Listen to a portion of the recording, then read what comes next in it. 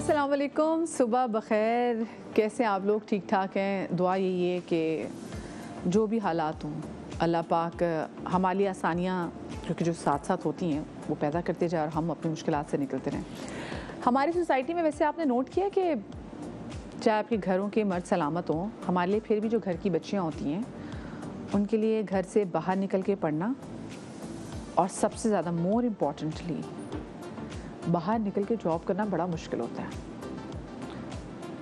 सबसे अच्छी मैं आपको एग्जांपल दे देती हूँ, हमारे घर में जो हमारी डोमेस्टिक हेल्प है वो घरों से बाहर निकल के मुसलसल नौकरियाँ कर रही हैं। उनका आना, उनकी सिक्योरिटी, रास्ते में उनको हरास ना कर रहा हो, किन किन मुश्किलात से बाहर निकल के वो बाहर आ रही होती हैं। घर के मर्द सलामत होते हैं पर काम उनको करना होता है। ऐसी कितनी एग्जाम्पल्स हम अपने आसपास देखते हैं।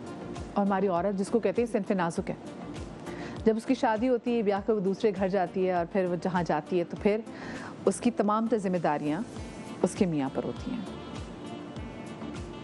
और वो कोशिश भी कर रहा होता है कि वो भी जिम्मेदारी पूरी करे और फिर खातून भी कोशिश करती है कि उसको जितना मिले उसमें गुजारा कर ले। लेकिन वही बात ना कि जहाँ पर मर्दों की सोसाइटी में घर में मर्द के होते हुए भी एक लड़की का घर से बाहर निकल के काम करना इतना मुश्किल है, तो ज़रा सोचिए कि वो घर के जहाँ पर मर्द मौजूद ना हो, वो घर के जहाँ पर वालिद मौजूद ना हो, वो घर के जहाँ पर आपके साथ भाई भी मौजूद ना हो, वहाँ पर जब कफील घर की औरत होती है तो कितना मुश्किल होता है। Because we have seen in a society that people don't take that women seriously. ये हमने देखा है, लोगों की अनाहट हो जाती है ना, लेकिन वो औरत जो कि अकेली होती है, जिसका घर का सरबराह उसका मियाँ जब रज़ा इलाही से इस दुनिया से कूच कर जाता है, वो फिर भी अपने बच्चों के लिए शील्ड बनकर उसको खड़ा होना होता है। क्या कुछ मुश्किलात होती हैं। आज मेरे साथ कुछ ऐसी बाहिम्मत ख़वातीन मौजूद हैं, मैं उनसे पूछूंगी कि भाई कैसे, क्योंकि अगर घर की औरत चली जाए तो बंदे के लिए घर मैनेज करना मुश्किल हो जाता है। ये तो औरतें हैं, इन्होंने तो फिर बाहर से कमा के भी लाना है, परवरिश भी करनी है, बाहर से भी कमा के लाना, तो ये कैसे मुमकिन और क्यों कर मुमकिन हुआ। गज़ाला जावेद साहिबा पाकिस्तान की नामवर अदाकारों में से एक है, हमारी बहुत सीनियर आर्टिस्ट हैं, हमारे साथ आज मौजूद भी हैं। अस्सलाम वालेकुम गज़ाला। वालेकुम अस्सलाम। मैं ठीक ठाक, जीती रहो, खुश रहो, आबाद रहो। इलाही आमीन, इलाही आमीन। गज़ाला पा, ये जैसे मैं बात करी थी ना कि हमारे यहाँ जो हमारी सोसाइटी बनी हुई है, मर्द हो तब औरत का घर से बाहर निकल के काम करना इतना मुश्किल होता है, जब घर में मर्द ना हो तो कितना मुश्किल होता है। स्पेशल क्या नाम लेते हैं मदिया, मसला ये है कि हमारी कहते हैं ना कि औरतों के होते हुए भी कितनी प्रॉब्लम्स, मर्दों के होते हुए भी प्रॉब्लम्स होती हैं। ख़वातीन का घर से निकल के काम करना, और सबसे तो पहले जब आप, अगर मैं अपनी फील्ड की बात कर रही हूँ तो अल्हम्दुलिल्लाह मेरा जो करैक्टर है या मेरी जो इज़्ज़त है, मेरा रब के साथ ताल्लुक़ है। किसी भी अच्छाई और बुराई, गलत और सही हम रब के लिए करते हैं, मियाँ के लिए नहीं करते और बाप के लिए नहीं करते। सबसे पहले तो ये पता होना चाहिए। और दूसरी बात है कि जब आप घर से निकलते हैं, हमारी फील्ड में ये होता है कि कोई टाइमिंग्स नहीं होते। जब आप घर में देर से एंटर होते हैं या टाइमिंग्स हमारे आउट होते हैं, तो सबसे पहले तो घर वाले, मोहल्ले वाले, रिलेटिव्स आपको बैड करैक्टर से तशबीह देना शुरू कर देते हैं। यार रातों को गायब रहती हैं। अरे मेरी मतलब मैं कहती हूँ कि अगर रातों को गायब रहते हैं या दिन को गायब रहते हैं, हम अपने बच्चे खुद पाल रहे हैं। आप लोगों को शुक्र करना चाहिए। एक्चुअली स्पेशली रिलेटिव्स भी और जो भी मतलब आपके दोस्त हैं, जो भी मैं कहती हूँ कि हर आदमी की एक ख्वाहिश होती है अंदर दबी हुई, अगर वो इजहार नहीं भी करते तब भी, कि अगर किसी औरत के हस्बैंड की डेथ हो गई है ना, तो अब उनका ये होता है कि ये जो है ना हमसे मांगे, हमें वो करे कि जी प्लीज़ मेरे बच्चों की फीस दे दें, फिर ना वो अपने आप को यूं ऊंचा समझते हैं और बड़े खुश होते हैं इस चीज़ पे कि देखो। और अगर उस औरत ने मजदूरी कर ली, कुछ कर लिया और ना मांगा किसी से, और उसने अपने आप से वादा कर ली कि मैं अपनी औलाद को खुद पालूंगी, तब भी आपकी नाक को ठेस आप मांगती है। फिर तो उनको जितने उनके हरबे होते हैं ना, जो कुछ उनके पास होता है ना, वो आपके ऊपर आजमाना शुरू कर देते हैं, आपको डिग्रेड करना शुरू करेंगे, आपको गलत बातें करनी शुरू कर देंगे, सब कुछ कर देंगे, लेकिन कभी वो खुश नहीं होंगे कि ये औरत हमसे मांगने के लिए नहीं आई।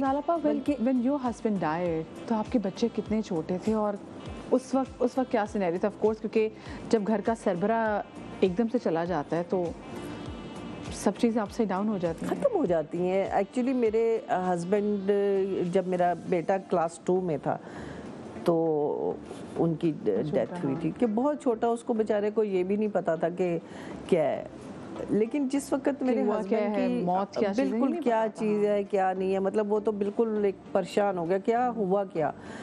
बात ये है कि जब हस्बैंड की डेथ हुई ना, तो मैं मतलब जाहिर है कि तकलीफ में तो इंसान बहुत होता है, लेकिन उस वक्त मैंने अपने आप से एक प्रॉमिस किया था कि माशाल्लाह माशाल्लाह अल्हम्दुलिल्लाह, अल्लाह ताला बहुत दे मेरे भाइयों को। मेरे फादर अब इस दुनिया में नहीं है, उस वक्त भी मेरे फादर नहीं थे, तो अल्लाह ताला मेरे भाइयों को बहुत दे, बहुत वेल ऑफ हैं, बहुत वेल ऑफ हैं।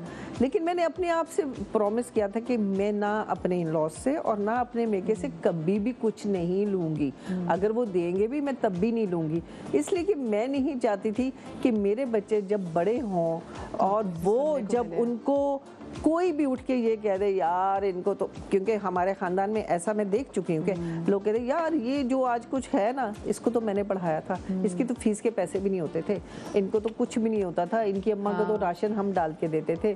तो मैं नहीं चाहती थी कि मेरे बच्चों को जब बड़े हों तो उनका कॉन्फिडेंस ख़त्म हो जाए कि जी हम तो लोगों के टुकड़ों में और वो ताने हमें दे रहे हैं कि आप ये थे, आप ये थे।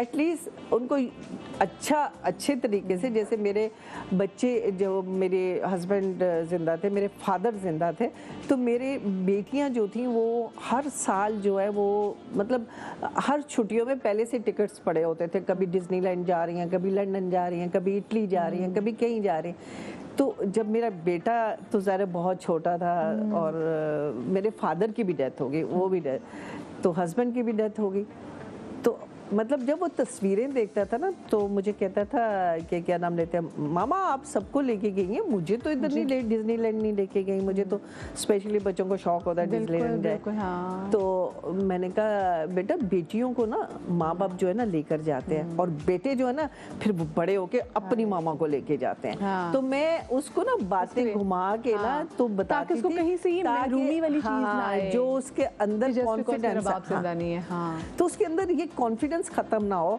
कि यार शायद हम गरीब हो गए हैं, या शायद हम लोग मतलब मेरी वजह से कि मैं पैदा हुआ हूँ तो सब कुछ खत्म हो गया है। तो ये चीजें ना बच्चों के अंदर नहीं आनी चाहिए। फिर आपने कैसे किया, आपने काम कैसे शुरू किया? असल में सबसे पहले क्या नाम लेते, मेरा हर काम तो मैं पहले भी थोड़ा बहुत करती थी, ऐसे नहीं करती थी। हुआ ये कि क्या नाम लेते हैं, ज़ाहिर बड़े घर में रहती थी। सबसे पहले मैंने ये सोचा कि क्या नाम लेते हैं, मतलब अब मैं अफोर्ड नहीं कर सकती, तो मैंने वो घर जो है ना रेंट पे ले लिया, उस दूसरा छोटा घर ले लिया। छोटे घर में मैंने मतलब ज़ाहिर है कि उसका रेंट ज़्यादा आता था, उसमें से आधा मैं उसका रेंट दे देती थी और आधा जो है मैं बिल दे देती थी। बाकी जो फिर मैं काम करती थी वो मैं बच्चों की फीसें और ग्रॉसरी वगैरह इस तरह की चीज़ें। लेकिन ये कि मुझे एक तो मैंने हिम्मत नहीं हारी, और दूसरी बात मैंने हमेशा अपने अल्लाह पे इतना मेरा पक्का यकीन है कि आप जब अल्लाह पे यकीन करते हैं तो अल्लाह आपको जरूर देता है। लेकिन अगर आपने कहा कि हाय मैं नहीं कर सकती यार, वो क्या कहेगा, वो क्या कहेगा, अरे भाई जब अल्लाह हमें कुछ नहीं कह रहा, उसने हमारा वसीला, देखिए रोजी अल्लाह देता है ना, अगर आप इधर बैठी हुई हैं तो अल्लाह ने आपको रोजी जो है वो रब दे रहा है, बेशक चैनल नहीं दे रहा। हाँ। मुझे भी अल्लाह दे रहा है, मैं अभी इधर आई हूँ तो मुझे अल्लाह दे रहा है। तो मेरा ये यकीन है कि अल्लाह आपको आपका रिस्क देता है, और जहां लिखा है वहीं से देगा, क्योंकि अल्लाह ने कहा कि रिस्क मैं देता हूँ। तो ये फिर जब हम लोग इस चीज को खुद से चेंज कर लेते हैं हम लोग, क्योंकि जी नहीं ये तो सही नहीं है, ये गलत है, जब रिस्क का अल्लाह ने वादा किया है और हम लोग मजदूरी कर रहे हैं, तुम भी मजदूरी कर रही हो, मैं भी मजदूरी कर रही हूँ, कुछ के जैसे हमारे घर में नौकर है, हम भी किसी के नौकर हैं, हम भी उसी तरह काम करते हैं, हमें भी ये कि जल्दी जल्दी तैयार होना होता है, कोई कुछ कह ना दे, कुछ ये ना कर दे, तो फिर किस चीज़ में वो है? मुझे एक बात बताएं, मैंने अक्सर चीज़ ऑब्जर्व की है कि अगर घर की औरत चली जाए ना तो बंदे के लिए मैनेज करना बड़ा मुश्किल होता है, चाहे वो बहुत अच्छी नौकरी भी कर रहा हो, लेकिन उसके लिए बच्चे की परवरिश करना और बच्चे को एक कामयाब मुस्तकबिल देना बड़ा मुश्किल हो जाता है। ऑन द अदर साइड मैंने देखा है कि जब घर का मर्द चला जाता है तो औरत कम से कम पढ़ी लिखी भी हो, वो चाहे लोगों के कपड़े सी रही हो या वो कोई भी और लोगों के घर में खाना बना के दे रही हो, वो उन छोटी छोटी और जॉब्स में भी बड़े कामयाब बच्चे जो है वो परवान चढ़ा देती है और बड़ा अच्छा पाल लेती है। ये कैसे मुमकिन हो जाता है? मर्द के लिए बच्चे पालना, अपनी जॉब करना, किचन संभालना, बच्चों को स्कूल भेजना, बच्चों को स्कूल से लाना नामुमकिनात में से। आप मुझे, मेरा ख्याल है आप पूरा कराची ढूंढेंगी ना तो शायद आपको 1 या 2 मर्द मिले, और वो भी मुश्किल है। मैंने तो नहीं अपनी ज़िंदगी में देखा कि कोई ऐसा आदमी कि जो थोड़े ही दिन गुजरते हैं तो उस आदमी की एक डिमांड होती है, यार मेरी शादी करा दो, मेरी शादी करा दो। औरत को मतलब शादी का, मुझे भी लोग कहते हैं ना, वैसे आपने नहीं सोचा कि मैं, because you were so young, नहीं मैं भी क्या नाम लेते हैं शादी। देखिए बच्चे आपके लिए, जब बच्चे होते हैं ना, अभी थोड़ी देर पहले तुमने कहा पता नहीं पहले तो मैं ये भी करती थी, तस्वीरें भी लगाती थी, अब मुझसे नहीं होता, तो मैंने कहा क्योंकि अब तुम्हारी जिंदगी में तुम्हारा बेटा आ गया, अब तुम नहीं कर सकते। बिल्कुल हाँ। तो जब औलाद सामने आ जाती है ना तो मदिया और रिस्पॉन्सिबिलिटीज इतनी बढ़ जाती हैं तो फिर आपको कुछ नजर नहीं आता। फिर आप कहते हैं कि क्या मतलब इनको मैंने पढ़ाना भी है, इनको मैंने अच्छी तरबियत भी देनी है। गजाला आपको तो बहुत अच्छे रिश्ते में आए होंगे कि आपको होगा कि हाँ चलो मैं शादी कर लूंगी तो मुझे कोई नौकरी की जरूरत भी नहीं, मेरे बच्चे अच्छा पल जाएंगे। ये कहने की बातें होती है ना, फिर वो एक और एक्सपीरियंस होता है जो आदमी करने के बाद पता चलता है कि अच्छा है ये अच्छा नहीं है। हो सकता है ना वो आपकी औलाद के लिए अच्छा और ना ही आपके लिए अच्छा हो, लेकिन जब आपके 3 अदद बच्चे हों और बेटियां हों स्पेशली, तो फिर एक्सपीरियंस करने के लिए अगर आपके साथ मेरी माँ खड़ी होती या मेरे कोई फैमिली मेंबर, मेरा बाप खड़ा होता, तो मैं वो एक्सपीरियंस कर सकती हूँ कि नहीं यार हाँ मेरे माँ बाप जिंदा हैं, मेरे साथ खड़े हैं, अगर कुछ भी होगा ऐसी की तैसी क्या हो जाएगा। लेकिन अगर माँ बाप नहीं है, ना माँ है ना बाप है, तो आप कोई भी कदम उठाते हुए 10 दफा सोचते हैं और डरते भी हैं। और आपके तो वालिद साहब भी नहीं थे? मेरे वालिद भी नहीं थे, फिर मेरी मदर भी नहीं थी, फिर मेरे हस्बैंड भी नहीं थे, फिर मेरा बेटा इतना सा छोटा सा था, वो अगर जवान होता या कुछ भी होता तो बेटी की जगह बेटा होता तब भी मैं सोच लेती। बच्चों में सबसे ज़्यादा किसको समझाना बहुत मुश्किल होता था? जब आपके हस्बैंड की डेथ हुई, बहुत सारी चीज़ें जिसे आप बात करें कि वैसे कहते तो मेरा छोटा बेटा है, लेकिन समझाना जो है ना मुझे सबसे बड़ी बेटी को पड़ता था, क्योंकि मेरी बड़ी बेटी जो है ना वो बहुत अटैच थी, वो तो अभी तक पागल थी, अब जाके उसकी बहुत सारी चीज़ें करके तो थोड़ी सी वो नॉर्मल हुई है। लेकिन बच्चों को संभालना, बच्चों के लिए ना दोनों लोग बहुत अहम होते हैं, बाप भी और माँ भी। लेकिन देखिए गजाला पर जहाँ पर हम ये बात करते हैं कि जी बंदा शादी कर लेता है, एक औरत मूव ऑन क्यों नहीं कर सकती? औरत खुद नहीं करती। क्यों? मैं आपको बताऊं, औरत जो है ना, क्या उसका हक नहीं है कि उसकी वो कंपेनियनशिप के लिए कि ये बच्चे बड़े होंगे, तो ये गजाला पर ये जब बच्चे बड़े हो जाते हैं, इनकी शादी होती है, चले जाते हैं, तो वो जो कंपेनियनशिप का मतलब बहुत ज़रूरी है, बहुत ज़रूरी है। और यही क्योंकि आई एम श्योर कि बाप को इस चीज़, क्योंकि आप बच्चे बाप के सारे सेटल्ड हैं, तो ये एक ऐसी एज होती है इसमें होता है कि हाँ होना चाहिए, तो हम क्यों नहीं बच्चे को इनकरेज करते? मैं खुद मतलब ये सबको कहना चाहती हूँ कि इंसान को अल्लाह पे भरोसा करना चाहिए और ज़रूर करना चाहिए। मैं उसकी मिसाल अभी दे रही हूँ ना कि एक मैं थी, मैंने अपने बच्चे पाले, उनकी शादियाँ की, जो सीन मेरे साथ हुआ वही मेरी बेटी की। मेरी बेटी का तो उसका तो और भी ज्यादा था कि उसके बच्चे बिल्कुल छोटे थे, उसके हस्बैंड की डेथ हो गई। उसका छोटा, तुम तो मिली भी थी उससे, तुमने कहा कितनी प्यारी आई, गजाला पर देखा नहीं जाता। तो छोटा बेटा जो है उसका छोटा सा था, 2 साल का, बेटी उसकी 2 साल की 3 साल की थी, और इसी तरह बच्चे, जो सबसे बड़ा बच्चा था वो 8-9 साल का था। तो 3 बच्चे उसके और उसके हस्बैंड की डेथ हो गई। खुद भी वो 30 साल की 28 ईयर्स की थी और मियाँ भी 28। अल्लाह अकबर, अल्लाह अकबर। तो उसकी डेथ हो गई। उसके बाद ज़ाहिर है मैं माँ हूँ ना, तो माँ जब साथ होती है ना तो बहुत सारे मसले हल हो जाते हैं इंसान के। तो उसकी मैंने शादी कर दी है। यानी खुश उसके बाश 3 हाँ, बच्चे हैं हाँ। तो उसकी मैंने शादी की है क्योंकि मैं थी ना, मैंने देखा, फिर मैंने उसको समझाया, वो नहीं करती थी, बल्कि क्योंकि आपने जो सफर किया आप नहीं चाहती थी कि वो सफर और करे। मैं ये कहती थी कि अल्लाह ताला ने अच्छे लोग भी तो बनाए हैं। बिल्कुल, बेशक। लेकिन ऐसा नहीं है कि मैंने ढूंढना शुरू कर दिया कि जी नहीं मैं इसकी शादी कर दूं। मैंने कहा अगर अल्लाह ने तुम्हारे नसीब में शादी होगी, अगर कोई मुझसे ऐसा इंसान अप्रोच करेगा कि मैं कहूंगी कि ये अच्छा इंसान है तो मैं कर दूं, तो मैं तब करूंगी, लेकिन मैं किसी को कहूंगी नहीं कि जी मुझे रिश्ता चाहिए।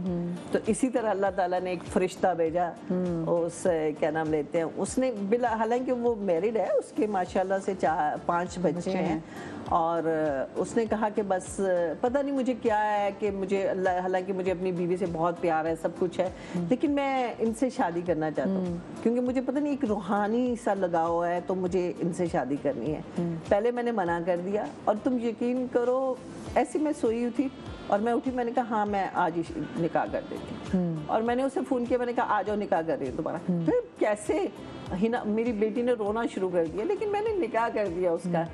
और अल्लाह का शुक्र है अल्हम्दुलिल्लाह, मैं कहती हूँ कि मैंने ज़िंदगी में अपनी में पूरी लाइफ में सबसे अच्छा काम ये किया, इसलिए कि वो इतना अच्छा है, इतना अच्छा है कि माशाल्लाह उसके जो बच्चे हैं और जो हिना के बच्चे हैं उनमें उसने कभी फ़र्क नहीं किया।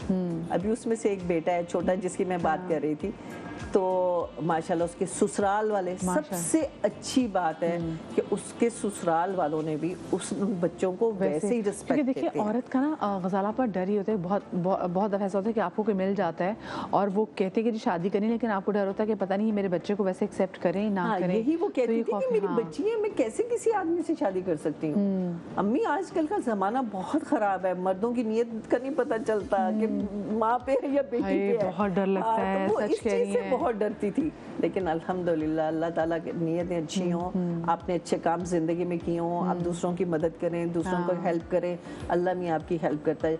जब आपकी नीयत अच्छी है ना और आपने दुनिया के लिए बहुत कुछ किया ना, रब आपके लिए रास्ते बहुत आसानियाँ पैदा करता है। लेकिन इंसान को ना हमेशा कोशिश करनी चाहिए।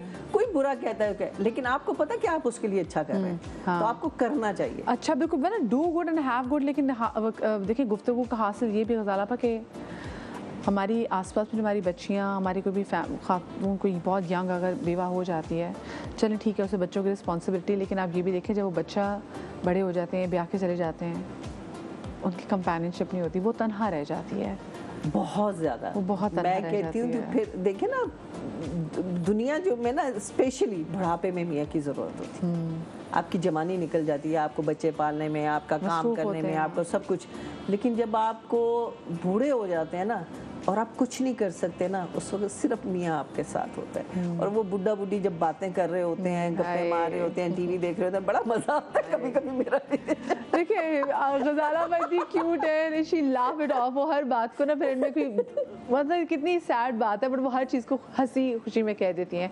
मैं एक छोटी सी ब्रेक ले रही हूँ और ब्रेक के बाद यहाँ पे और भी बाहिम्मत ख़वातीन, उनसे आपकी मुलाकात करूँगी, हमारे साथ रहिएगा।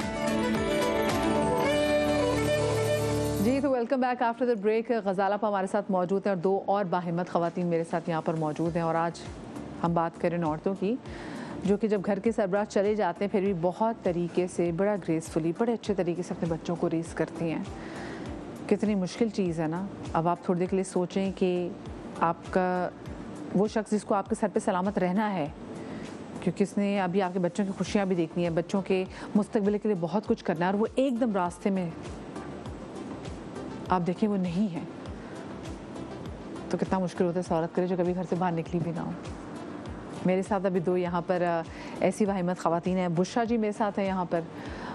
बुशरा जी जो हैं उन्होंने कोचिंग करके माशाल्लाह उनके 5 बच्चे हैं, उन्होंने पढ़ाया, उनको लिखाया, और उसके बाद उन्हीं के बच्चों ने फिर अभी 2 साल पहले अपनी अम्मा की शादी भी कराई। मैं इनसे पूछूंगी, और साथ में मेरे साथ शहनाज जी भी मौजूद है, उनके भी 2 बच्चे हैं, लेकिन पहले मैं बुशरा जी से बात करूंगी। अस्सलाम वालेकुम बुशरा जी। अस्सलाम वालेकुम शहनाज जी। अच्छा शहनाज जी, सबसे पहले मुझे ये बताएं, जब आपके हस्बैंड की डेथ हुई थी, बुशरा जी ये बताइए, जब आपके हस्बैंड की डेथ हुई थी तो आपके बच्चे कितने छोटे थे और कितने अर्से पहले की बात है ये तकरीबन 8 साल गुजरे थे शादी को जब उनकी डेथ हुई थी, और मेरे जो 4 बच्चे हैं वो तो बिल्कुल शुरू में ही हो गए थे। मतलब ये कि 5 साल में मेरे 4 बच्चे थे, फिर एक जो आखिरी बेटी हुई वो गोद में थी 1 साल की। और क्या रीज़न बनी थी? Heart attack. हार्ट अटैक तो बहुत जवान होंगे, जवान लोग तो वैसे भी हार्ट अटैक तो बर्दाश्त ही नहीं कर सकते। जी, तो बस बिल्कुल अचानक हुआ था और हम लोग रेंट पे रहते थे उस वक्त।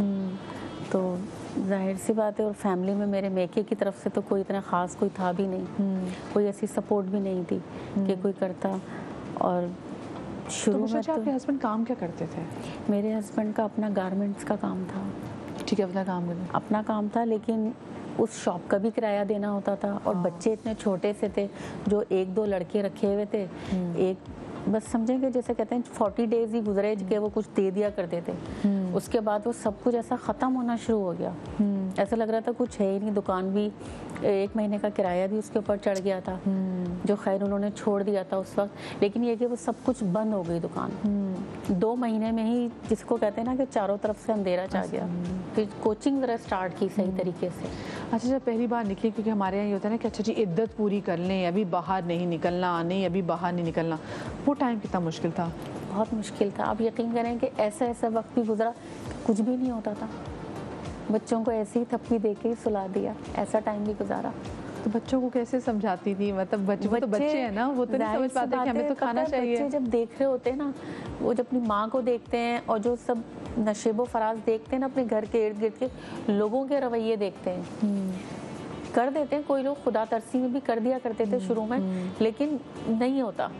ये सब सिर्फ वक्ती और थोड़े से दिन का होता है। उसके बाद सब यही चाहते हैं कि आप मतलब खुद ही मतलब करना पड़ता है। और वैसे ये जो इद्दत का मामला है ना, ये मतलब आधी से ज्यादा दुनिया खड़ी हो जाती है इद्दत के लिए। बस इद्दत है। मेरे जब कोई राशन के लिए कोई नहीं साथ। हाँ, मेरी जब हस्बैंड की डेथ हुई तो मुझे क्या नाम लेते हैं, सब लोग इद्दत इद्दत ना, तो मैंने कहा क्या नाम लेते हैं, मुझे मोइन का फ़ोन आया। तो मोइन मुझे कहने लगा, देखो बात सुनो, तुम अगर इद्दत पे बैठना चाहती हो, कि इद्दत करना चाहती हो अपनी, तो तुम कर सकती हो, मैं तुम्हारे साथ हूँ, तुम बाकी किसी चीज़ की फिक्र ना करना। तो कितनी बड़ी बात है, मोइन अख्तर साहब ने हाँ, बोला कि मुझे कहने लगा कि अगर बच्चों की या घर की किसी किस्म की तुम फिक्र नहीं करना, अगर करना चाहती हो। तो मैंने कहा मोइन ऐसी बात नहीं है कि मेरे भाई भी माशाल्लाह, ऐसी बात नहीं है, मैं लेती नहीं हूँ, लेकिन ऐसे नहीं है कि वो मुझे देंगे नहीं अगर मैं मांगूंगी तो, लेकिन मैं मांगती। मैंने कहा नहीं, अल्लाह मियाँ को पता है कि इस घर का मैं ही सरबर, और वैसे भी मैंने बच्चों को पालना, मैं कैसे थोड़े दिन लेके फिर भी तो मैं नहीं करना। पूछना भी कितनी बड़ी बात है कि मतलब इतनी दुनिया मेरे पास, इतनी दुनिया है ना, मदिया को तो पता ही है कि मेरे पास जो है ना, स्पेशली मेरे जो बच्चे बने हुए हैं, जो मेरा सर्कल है, वो इतना हजारों ही लाखों पे है, लेकिन एक बंदे ने फोन किया, सिर्फ एक बंदे ने। हाँ, ये पता चलता है ऐसे बुरे टाइम में। तो आपके साथ ऐसे टाइम में कोई खड़ा हुआ? बस 1-2 जो मोहल्ले के लोग थे जो थोड़ा सा करते रहे सपोर्ट, इसलिए 2 महीने तक तो दुकान का रेंट भी आता रहा ना, वो जो उन्होंने दिए पैसे वगैरह, तो 2-2.5 महीने तो वैसे ही निकल ही गए थे। 1-1.5 महीना और निकाला तो वो टाइम तो हो गया था।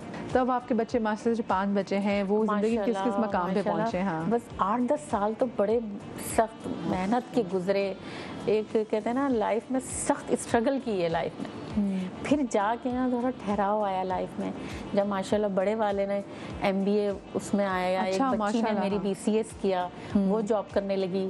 फिर एक बच्ची ने वो भी इंटर, उसने FSC किया, वो भी कोचिंग में, मतलब कोचिंग में भी बच्चे मेरी मदद करते थे। कोचिंग हमारा माशाल्लाह बहुत अच्छा चल पड़ा। उसके बाद मेरे बेटे ने अप्लाई किया था बाहर किसी कंपनी के साथ, वहाँ से उसको कॉल आ गई, वो वहाँ चला गया। और आपका बेटा कहाँ होता है? मेरा बेटा दुबई में है। दुबई होता है माशाल्लाह और से। हाँ। उसने फिर दूसरे भाई को भी बुला लिया। माशाल्लाह पढ़े बच्चे, ये कि उन्होंने एजुकेशन हासिल की, उससे उनको क्लिक मिला। एक्चुअली आपने उनको एजुकेशन से हटाया नहीं ना, कि बहुत सारी माएँ भी मतलब जो देख रहे हैं, सुन रहे हैं, कि थोड़ी सी हिम्मत कर लें, ये थोड़ा सा टाइम है, पता भी नहीं चलता, लेकिन उस वक्त बच्चों की पढ़ाई छुड़वा के तो आप कामों पे लगा देंगे ना, तो फिर उनकी जिंदगी खराब हो जाती है। थोड़ी सी मेहनत करनी, थोड़ी सी मेहनत। अच्छा, और अच्छी बात ये भी कि मेरे साथ जो खवातीन मौजूद हैं, इन्होंने हिम्मत नहीं छोड़ी कहीं पे नहीं छोड़ सकते कि भाई आपके पास भी इसका वक्त ही नहीं, भाई सामने बच्चे नजर आ रहे हैं। अकेली औरत हो ना, तो आप कहते चलो मैं खुद को कमरे में लॉक भी कर लूँ, चलो मैं रो लूँ, कितना रो लूँगी।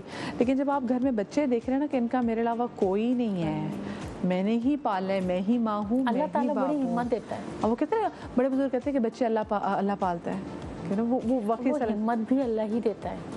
बहुत हिम्मत आ जाती है। यकीन करें ऐसा लगता है जैसे एक औरत नहीं हूँ, एक मर्द हूँ। अच्छा, एक लड़के जब स्पेसिफिक एज को पहुंचते हैं, जब प्यूबर्टी की एज को होते हैं तो बड़े रिबेलियस हो जाते हैं। उस टाइम पे ना घर के फिर मर्द जो है उनको बिल्कुल दोस्त और फिर डिफरेंट तरीके से डील करते हैं। आपके लिए वो टाइम कितना मुश्किल था जब एक बच्चे एक स्पेसिफिक एज को पहुंचते हैं? तो बड़े होने लगे थे। हाँ, जब हाँ जाहिर सी बात है थोड़ी प्रॉब्लम तो लाइफ में आई है ना, जब बच्चे बड़े होने लगे, कॉलेजेस में जाने लगे। तो और जो मेरा बड़ा बेटा है ना, वो मेरा सबसे अच्छा दोस्त है।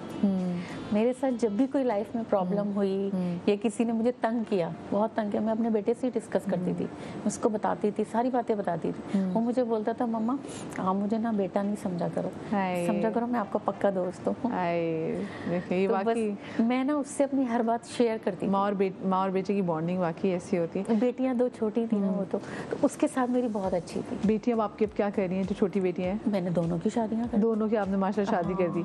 अच्छा, आपकी शादी, ये बात कैसे हुई, मुझे बताएं कि कब आपके बच्चों ने सोचा कि आपकी शादी करानी है? मेरी बेटी है ना, उसके जो चचा ससुर थे, उनकी वाइफ की डेथ हो गई थी, उनके भी बच्चों की शादी हो गई थी, वो अकेले थे।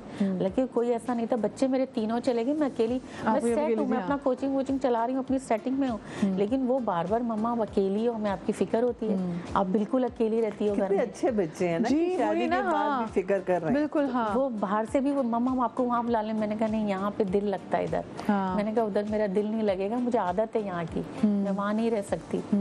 तो बच्ची ने फिर भाइयों से बात की, वो बच्चे आ गए एक दिन, कह लगे नहीं मम्मा ये तो अच्छी बात है, हम तो आपको कब से बोल रहे थे, आपने इतनी कुर्बानी दी है, आपने ये जो 15-18 साल आपने लाइफ के गुजारे हैं ना, हमने आपको देखा है, तो आप कर लें, हमें कोई मतलब नहीं है एतराज। अच्छा, बाकी वो रिश्तेदार जिन्होंने कभी जिंदगी में आके घर का ये नहीं देखा होता कि पानी खत्म हो गया है, क्या हो गया है, वो आए, बच्चों ने खाना खाने की, वो आए जब आपकी शादी हुई, तो उस वक्त आए कि नहीं ये शादी नहीं हो सकती, कि हाय क्यों शादी हो रही है? मैसेजेस और वो फोन कि ये क्या सूझी इस उम्र में तुम्हें, अब क्या कोई उम्र थी ये काम करने की? ये फौरन ये बोला कि शादी की असल उम्र ना बुढ़ापा में ही होती है।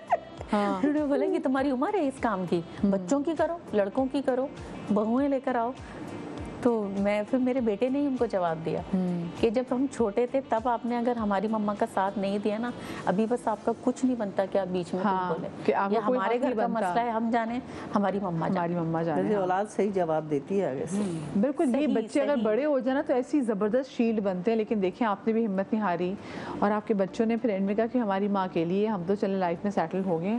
और वही वाली बात मैं समझती हूँ कि जहाँ बंदे शादी कर लेते हैं तो वहाँ पे औरतों को मूव ऑन करने का भी तो आप राइट देना कि वो भी मूव ऑन तो कर सके ना। कहीं पे इतना मुश्किल होता है, सोचें आपके घर में चाहे बाप भाई मौजूद हो, निकल के नौकरी करना इतना मुश्किल है। लोगों को पता है कि घर में बाप भी है, भाई भी है, हस्बैंड भी है, लेकिन एक जगह जहाँ पता हो कि पीछे इसका कोई नहीं है, तो वहाँ उस औरत के सर्कमस्टांसेस सारे चेंज हो जाते हैं। मुझे आप बताएं शनाज़ जी कि आपके हस्बैंड की जब डेथ हुई थी तो आपके बच्चे कितने छोटे थे? मेरा बड़ा बेटा 7 साल का था और छोटा 2.5 साल का था।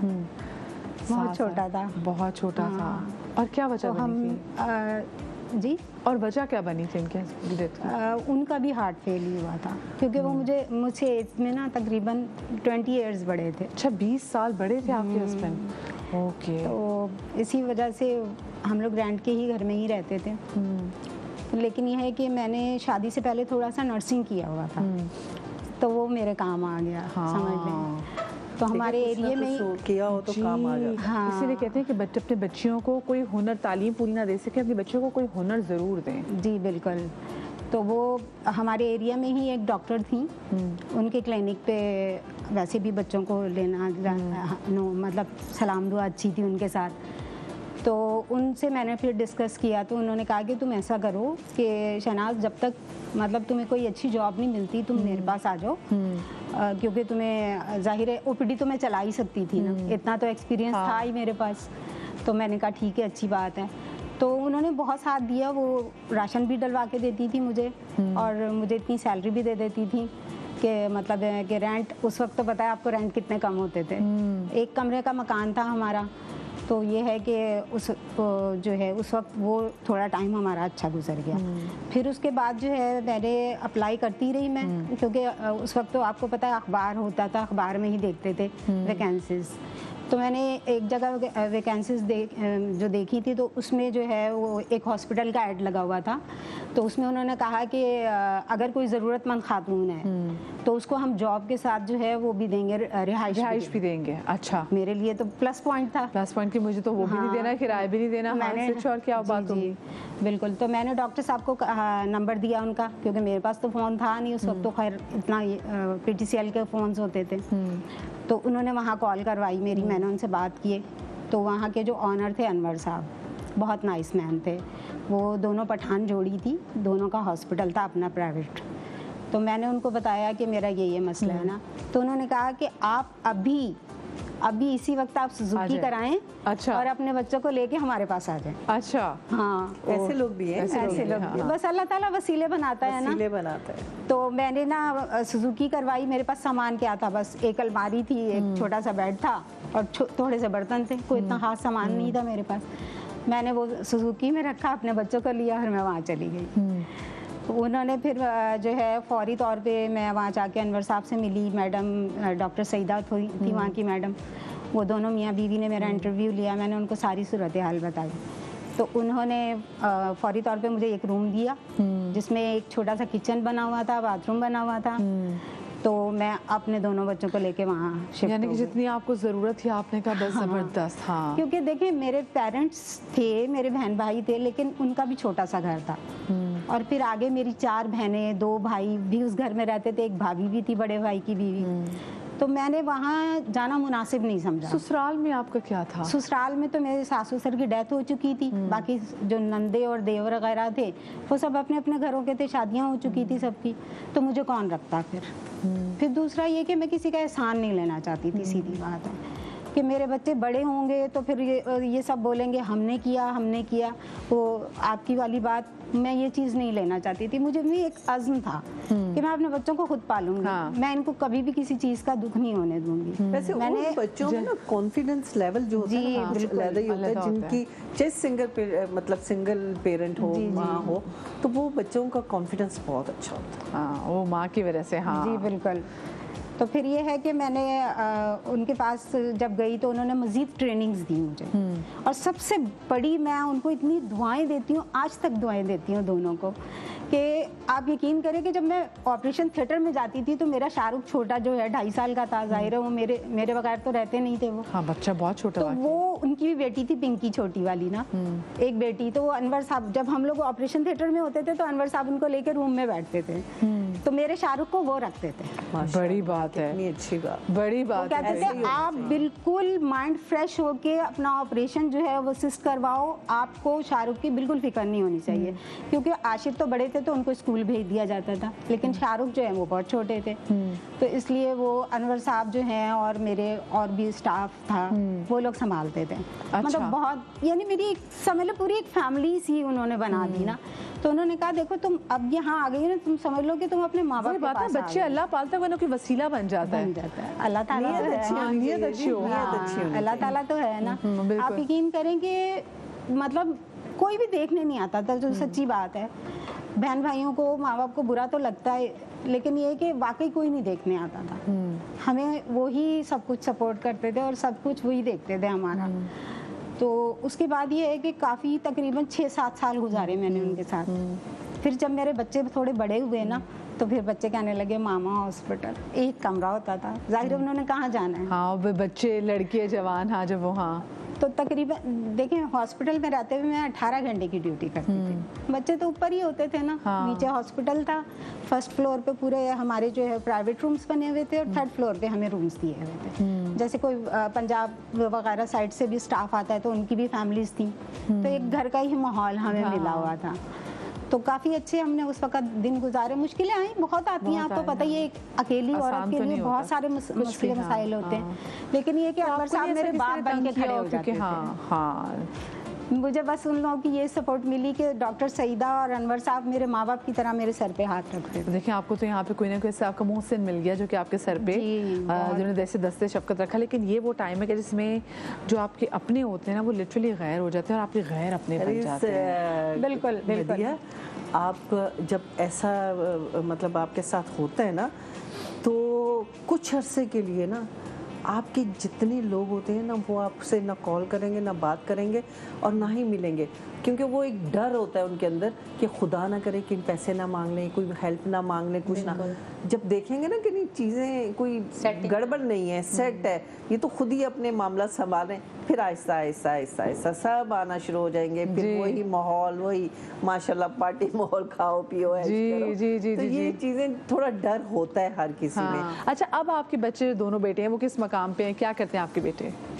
अब मेरे बेटे माशाल्लाह बड़े वाले जो है वो कुरान एकेडमी में हैं, की अकाउंट मैनेजर हैं माशाल्लाह, और छोटे वाले जो हैं वो सॉफ्टवेयर इंजीनियर हैं। ज़बरदस्त ज़बरदस्त। तो अब आपके बच्चों ने कभी सोचे, आपने सोचा कि हाँ भाई मैं, मेरी तो बहुएं आ जाएंगी तो मुझे भी, या कोई होता ना कि जैसे उनके बच्चों ने बड़ी हिम्मत की, हम तो बस सलाम पेश करते हैं और बहुत अच्छा किया, जैसे बहुत अच्छे बच्चे हैं हाँ, कि ये टाइम ऐसा होता है। तो कभी आपने कभी सोचा कि रिश्तेदार ने कहा कि तुम इतनी जवान हो तो तुम्हें चाहिए कि तुम? नहीं, क्योंकि ना हमने अपनी इतनी छोटी सी दुनिया बना ली, दोनों बेटों ने और मैंने, कि हमें किसी और की कमी महसूस ही नहीं होती। क्योंकि ना देखें, जब औरत के सामने बच्चे होते हैं ना, फिर वो उसको कुछ भी दिखाई नहीं देता है, बिल्कुल। अब मैं ये कहती थी कि उनको जो हमें एक ऑफ मिलता था, कि अब मैं अपने माँ बाप से मिलती थी जाके, ऐसी बात नहीं कि नहीं मिलती थी, मैं जाके उनको मिलती थी, वो मुझसे पूछते थे अगर किसी चीज़ की ज़रूरत है, तो मैं कहती थी नहीं अल्हम्दुलिल्लाह मेरे पास अल्लाह ताला है, का दिया सब कुछ है। मतलब मैं उन पे जाहिर नहीं होने देती थी कि मैं किस मुश्किल में हूँ, क्योंकि मुझे पता था जाहिर है मेरे वालिदैन क्या करेंगे, आगे बेटियाँ हैं उनकी, उनके बारे में सोचना है। फिर तो ये सारे मसले मसाइल होते हैं, बेटियां समझती हैं इस चीज़। बिल्कुल बिल्कुल बिल्कुल बिल्कुल बिल्कुल। तो ये है कि बच्चे मेरे, लेकिन वही बात है कि आपने हिम्मत नहीं हारी और आज अपने बच्चों को अपनी बड़ी जगह पे पहुंचाया। इनके बच्चे माशाल्लाह से कोचिंग सेंटर अभी भी रन करती हैं और मैं कहती हूँ ऐसे बच्चे होने चाहिए खुदा के लिए। जब अपने बाप को सोचते थे कि औरत कभी भी नहीं सोचेगी, उसको हमेशा बच्चे नजर आएंगे, वो चले भी जाएंगे, वो अकेली भी रह लेगी, लेकिन at the end of the day वो इंसान है, कंपेनियनशिप बहुत मैटर करती है। तो वही ज़बरदस्त आपके बच्चे, गुड जॉब है गज़ाल आपा। मैं तो ये कहती हूँ कि भाई ये आपकी तरफ भी होना चाहिए था और इसमें इस चीज़ को हमें भी करना चाहिए सोसाइटी में कि नहीं भाई ख़वातीन का भी राइट है, दिया ना, बेटी का कर दिया। हाँ, आपने बेटी की कितनी बड़ी बात है, बहुत, क्योंकि उनकी माँ मौजूद थी ना, उनकी माँ मौजूद थी। हाँ, आपकी माँ मौजूद थी। थैंक यू सो मच जी, आप लोगों से मिलकर इतनी खुशी हुई। आपके शनाज जी बुशर जी, आपको गज़ाल आप यू आर लव, बहुत शुक्रिया, क्या बहुत शुक्रिया जी। मैं एक छोटी सी ब्रेक ले रही हूँ, ब्रेक के बाद वापस आते कहीं ना जाइएगा जी। Welcome back after the break. भाई ज़रा करीब करीब आ जाए सारे मेरे लोग, क्योंकि मैं आज आपको बताने लगी हूँ एक ऐसी, मतलब मैं क्या बताने लगी हूँ, एक ऐसी ऑल्टरनेटिव थेरेपी जो है वो ऑलरेडी एग्जिस्ट करी है, जिससे लोग शिफायाब हो रहे हैं। मैं अक्सर लोगों को देखती हूँ, लोग कहते हैं जी हमें स्ट्रेस है, हमें ओबेसिटी का भी मसला है, हमारी बैक पेन बहुत ज़्यादा थी, हमें सर्वाइकल का इशू था, या हमें सर का दर्द था, और हमने करा लिया एक्यूपंक्चर। और क्या एक्यूपंक्चर, मैं हाई तो नाम में मैं भी अक्सर कंफ्यूज हो रही थी, एग्जैक्टली नाम है क्या, तो ये क्या है, क्योंकि हम लोगों को डर ही लगता है कि हाय सुइयाँ चुभ जाएंगी, लो जी सुइयाँ सुइयाँ सुइयाँ सुइयाँ, लोग कहते हैं अल्लाह मियाँ कैसे होगा, पता नहीं कितना खून निकलेगा, कितना तकलीफ दे होगा ये इलाज। ये वाकई तकलीफ दे होता है कि नहीं होता, और अगर तकलीफ मिलती भी तो उससे इस बात में कितना लंबा सुकून मिलता है, ये जान लेते हैं। रॉबिन्सन परवेज हमारे साथ मौजूद है, थेरेपिस्ट। अस्सलाम वालेकुम जी। वालेकुम अस्सलाम। कैसे आप, ठीक हैं? मैं ठीक हूँ। पहले मुझे बताइए एक्यूपंक्चर क्या होता है? देखिए, एक्यूपंक्चर की अगर बात करें तो एक्यूपंक्चर एक चाइनीज़ तरीका इलाज है जो तकरीबन 5000 साल पुराना है। इसमें हम देखें थिन नीडल्स का इस्तेमाल करते हैं, जो हेयर लाइक थिन नीडल्स होती हैं, वो इंसर्ट करते हैं, और वो हमारी बॉडी में जब इंसर्ट होती हैं तो वो ऑटो हीलिंग का काम करती हैं। एक्यू पॉइंट्स हैं मुख्तलिफ, अगर चाइनीज़ थ्योरी के मुताबिक देखें तो हमारे पास टोटल 12 चैनल्स हैं, उस 12 चैनल्स के मुख्तलिफ एक्यू पॉइंट्स हैं। यानी कि हमारी बॉडी में ऐसे प्रेशर पॉइंट्स कह सकते हैं हम उनको, या वैसे पॉइंट्स कह सकते हैं कि जिसके थ्रू चीज़ें आपकी इलाज हो सकता है? प्रेशर पॉइंट्स तो डिफरेंट है, हाँ। या एक्यूपंक्चर इज डिफरेंट, या एक्यूपंक्चर के जो एक्यू पॉइंट्स हैं हम उसके ज़रिए इलाज करते हैं, और ये एक बहुत ही कितने पॉइंट्स हैं और कहाँ कहाँ पॉइंट्स, मुझे तो बताएं। या अगर देखा जाए तो इस वक्त जो टोटल पॉइंट्स हैं ऑलमोस्ट अराउंड 400 हैं। अच्छा। और ये हमारी पूरी बॉडी में है, और हर पॉइंट जो है वो वेल एस्टेब्लिश कनेक्टेड है उस डिजीज से जिसके लिए ट्रीटमेंट किया जाता है। अच्छा अच्छा अच्छा, यानी कि अगर कोई किडनी वगैरह का पेशेंट हो तो उसका भी इलाज हो सकता है? बिल्कुल हो सकता है, डिपेंड करता है कि वो किडनी का जो पेशेंट है वो कौन से स्टेज पर है।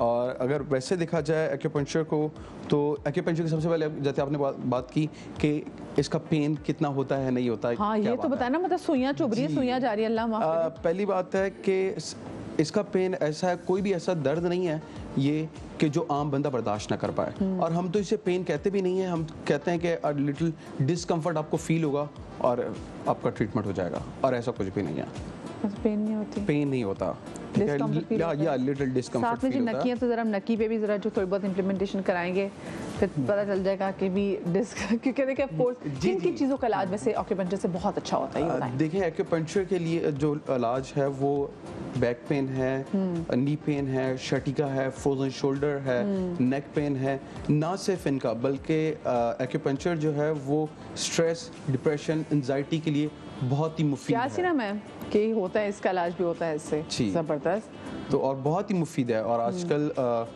लास्ट 2 इयर्स से जो मेरे पास रेशो है स्ट्रेस का बहुत ज़्यादा बढ़ गया, पेशेंट का फ्लो, और जो ये ये करवा आप रहे हैं। खुश क्यों हो रहे बताते हुए कि आजकल स्ट्रेस के पेशेंट बहुत अरे खुश हो रहे इस बात पे कि अब नहीं, स्ट्रेस नहीं, वाले पेशेंट खुश- ज्यादा आ नहीं, रहे नहीं, हैं। खुश नहीं हो रहा, लेकिन सबसे ज्यादा लोग किस चीज के लिए आते हैं ऑक्यूपेंचर कराने के लिए? पेन के लिए, पेन के ठीक लिए। है, फॉर एग्जांपल फालिज के लिए, शटिका के लिए, ये वो चीज़ें हैं जो अगर हो जाए तो बहुत मुश्किल से रिवर्स बैक होती हैं। रॉबिन्सन, बहुत सारी खवातीन जो कि डिलीवरी के टाइम एपिड्यूरल लगवाती हैं, जी, उनको भी बाद में बहुत ज़्यादा प्रॉब्लम होती है बैक ऐसे पेन ही के है। वजह से, तो क्या उसका इलाज भी मुमकिन है? बिल्कुल, पोस्ट डिलीवरी में भी एक्यूपंक्चर बहुत ही मुफीद है, और प्री डिलीवरी में बहुत ही मुफीद है, जो पेन्स खास तौर पर होते हैं उनकी मैनेजमेंट के लिए बहुत ही मुफीद है। सही, ठीक है। अच्छा, तो आज हम क्या करने जा रहे हैं, ज़रा मैं चाहती हूँ ज़रा आप लोगों को बताएं ताकि देखिए। वो जो लोगों को खौफ है थोड़ा सा कम हो। नहीं नहीं, लकी ने मुझे बताया कि इनका नेक पेन, जी मुझे भी स्पाइनल एनेस्थीसिया दिया गया था, मेरी सर्जरी हुई थी पाँव की, ठीक है। उसके बाद से नेक और क्या कहते हैं पूरे जो वो है ना उसमें बहुत तकलीफ रहती है। हाँ। ठीक है। आपकी इस वाली साइड पे बिल्कुल, रखिए। बिल्कुल, हाँ। इस जाएगी। और इनका काम भी ऐसा कि इन्होंने कैमरा उठाना है, इन्होंने फोकस करना है, तो ये चीज़ तो फिर ये बड़ा चीज़ प्रेशर बहुत- में आती होगी बहुत इनकी। अब देखें कि इनके बैक पर पेन है, अब यही बता रहे हैं कि मेरे नेक के नीचे पेन रहता है। अब फॉर एग्जांपल हमारे पास जो एक्यू पॉइंट्स हैं वो हाथों के ऊपर हैं, हम इनके हाथों पे नीडल इंसर्ट करेंगे और वहाँ से इनको रिलीफ फील होगा, ठीक है।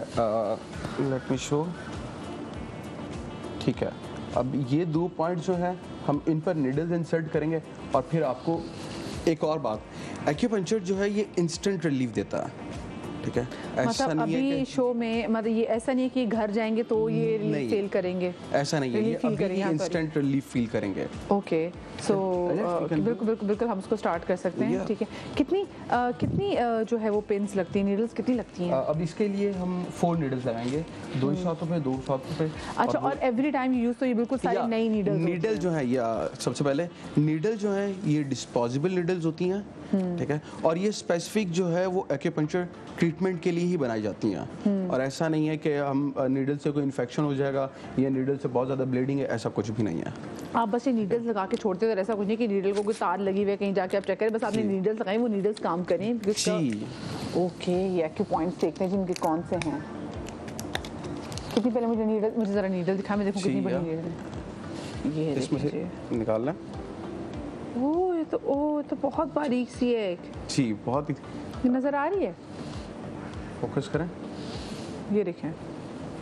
अच्छा, मैं कैसे दिखाऊं आपको?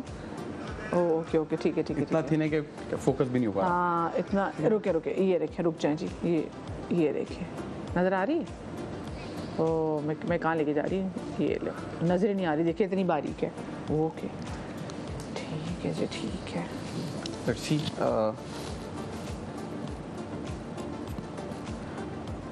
ये आपने लगा दिए? जी, हाय मेरे वाला। और ऐसा कुछ भी नहीं कि कुछ फील करें कि नकी, मुझे बताओ, आप खुद बता कुछ सकते भी नहीं हैं। करते। कसम खाओ। हाँ वाकई बिल्कुल भी कोई पेन नहीं है, कुछ नहीं है।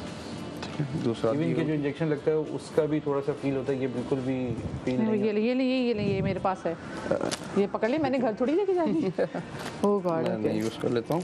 मतलब ये कितनी पीसेस अंदर गई है ये?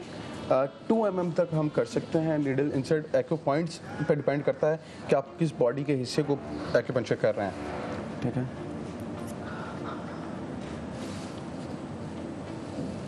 और इसमें जैसे लकी भी बता रहे हैं कि इंजेक्शन का फील होता है, ऐसे ही जो इंजेक्शन है उसकी नीडल में और इसकी नीडल में बहुत फ़र्क है, ठीक है। लकीब थोड़ा सा आप मूवमेंट कर सकते हैं और जो पेन आपको होता है उसको तो थोड़ा सा देखें, कैलकुलेट करें।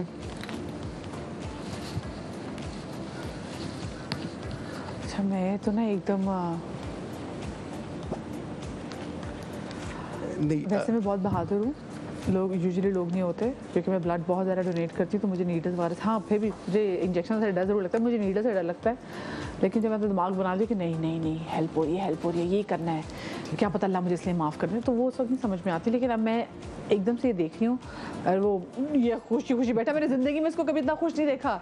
बड़े से बड़े स्टार की पिक्चर लेते हुए ये लड़का परेशान होता है, ये खुश बैठा हुआ इतना।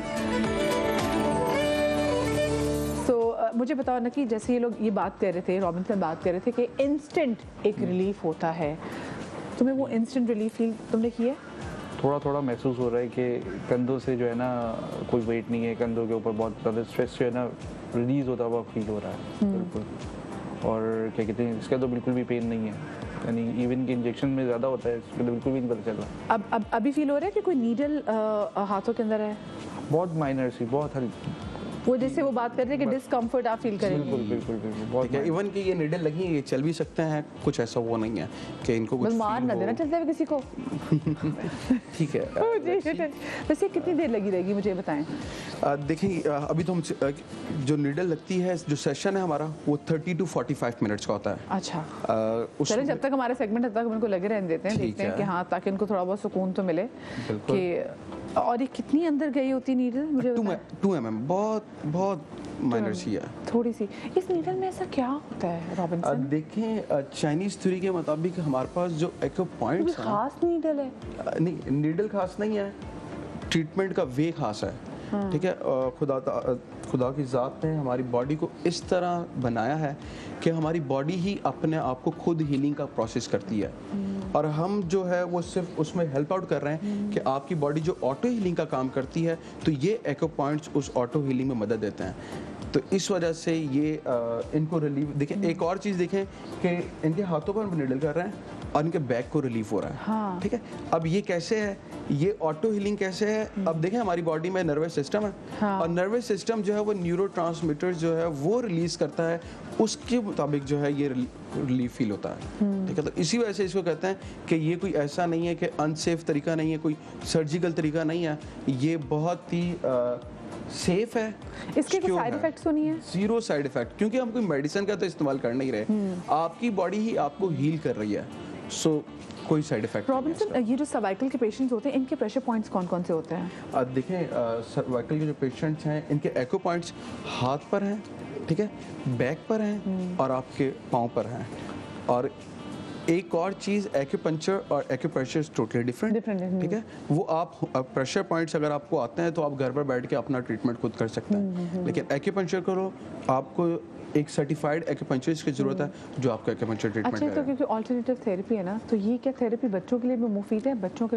जी बिल्कुल, बच्चों के लिए मुफीद है। मेरे पास बहुत से पेशेंट्स हैं जो बच्चे हैं, सीपी चाइल्ड को देख सकते हैं हम, सीपी चाइल्ड के लिए, स्लो लर्नर्स के लिए, उनके लिए एक्यूपंक्चर होता है। और बच्चों को नीडल लगे, डज इट वर्क? मतलब अगर मैं स्लो लर्नर्स की बात कर रही हूँ, वो बच्चा जो कि जिसको चीज़ें लर्न करने में प्रॉब्लम है, कुछ बच्चे स्लो होते हैं जी, एट सम टाइम मुझे भी लगता है मैं थोड़ी सी स्लो हूँ, या बच्चों में फील होता है कि शायद मैं उस चीज़ पर्टिकुलर सब्जेक्ट में थोड़ी सी स्लो थी, बाद में समझ में आती थी, ये हेल्प कर सकता है उसको? बिल्कुल हेल्प कर सकता है। इसको देखें तो ये हमारी बॉडी में एक एनर्जी फ्लो का काम करता है, तो वो जब हमारी एनर्जी फ्लो, हमारा ऑटो इम्यून सिस्टम जो हमारी बॉडी में हमारे मददगार होता है, वो जब स्ट्रांग होता है ना, तो ऑटोमेटिकली आपके लिए मददगार साबित होता है। कितने कम से कम उम्र में कितना बच्चा वो आपके पास बच्चा आते हैं? आफ्टर 2 years 2 साल का बच्चा भी मेरे पास आया है, ठीक है। तो लेकिन उसके लिए मुश्किल नहीं, क्योंकि उसके लिए मुश्किल नहीं होता कि क्योंकि बच्चे तो अपने बार बार हाथ पांव मार रहे होते हैं, तो ये अगर उनका लग जाए बाहर तो ये तो उनको तकलीफ दे सकता है। बहुत अच्छा सवाल है। बच्चों के लिए ये है कि उनके वालिदैन उनके साथ होते हैं, फर्स्ट डे फर्स्ट सेशन है तो थोड़ा सा उसके लिए मुश्किल होगा, सेकंड डे थोड़ा सा और मुश्किल होगा, थर्ड डे बच्चा कंफर्टेबल है, उसको मालूम है मुझे निडल लगेगी, और निडल से जब वो फील करता है कि मैं निडल लगी है तो मुझे सुकून मिल रहा है, तो डेफिनेटली बच्चा स्टेबल होता है। लेकिन आपको पहले 2 दिन तो बच्चे को पकड़ना पड़ता होगा, वो उसके पेरेंट्स होते हैं, हाँ, तो वो साथ में फिर ये बहुत सारे बच्चे ना, क्योंकि देखिए हम कहते हैं ना कि जब बच्चे कहते हैं स्कूल जाने से पहले कि मेरे पेट में दर्द हो रही है, तो माँ बाप कहते हैं अच्छा इनके पास एक यही बहाना है, लेकिन अब साइंस ये कहती है जब आपका बच्चा ये कहता है कि मेरे पेट में दर्द है तो आप उसको सीरियस लें, क्योंकि उसका स्ट्रेस है जो उसके पेट के थ्रू बोल रहा है। बिल्कुल ऐसे ही बच्चे स्ट्रेस और एंजाइटी का शिकार होते हैं। सो क्या उस चीज़ का इलाज है इसमें? बिल्कुल है। मैंने जब पहले बताया कि एक्यूपंक्चर बहुत ही मुफीद है आपकी स्ट्रेस के लिए, आपकी एंजाइटी के लिए, तो इसके लिए एक्यूपंक्चर बहुत ही मुफीद है। और सबसे पहले अगर देखें तो वो बच्चे को जब आते हैं तो फिर कंसल्टेशन में पता चल जाता है कि आप बच्चे को एक्चुअली प्रॉब्लम क्यों हो रहा है। अच्छा मुझे बताएं, ये आपने बच्चों की बात की तो मैं दिल कर रहा है मैं उन बच्चों का पूछूं जो कि हमने इस वक्त वर्ल्ड कप खेलने के लिए रवाना किए हुए हैं, वो फिटनेस नहीं उनकी ठीक हो रही, कोई इससे उनकी फिटनेस के लिए कुछ हो सकता है, एक्यूपंक्चर से वो फिट हो सकते हैं? मुझे बताएं। मैं चीज़ें बस सोचना चाह रही हूँ क्योंकि because I am very much concern for them. कितने अच्छे प्लेयर हमारे एकदम से अनफिट हो जाते हैं। ऐसे ही है बच्चे, वो तो देखें यूएस जो मिलिट्री है उसके जो फिजियोथेरेपिस्ट हैं they are using the acupuncture treatment for their militaries. Wow, ठीक है। और अब हमारे जो हम कहाँ का यूज़ करें मुझे बताएं पहले। हम कहाँ का यूज़ कर रहे हैं अभी तो हमारे यहाँ पर अपनी सिर्फ क्लिनिक्स पे यूज़ कर रहे हैं, ठीक है, और ऐसा मतलब कुछ है नहीं।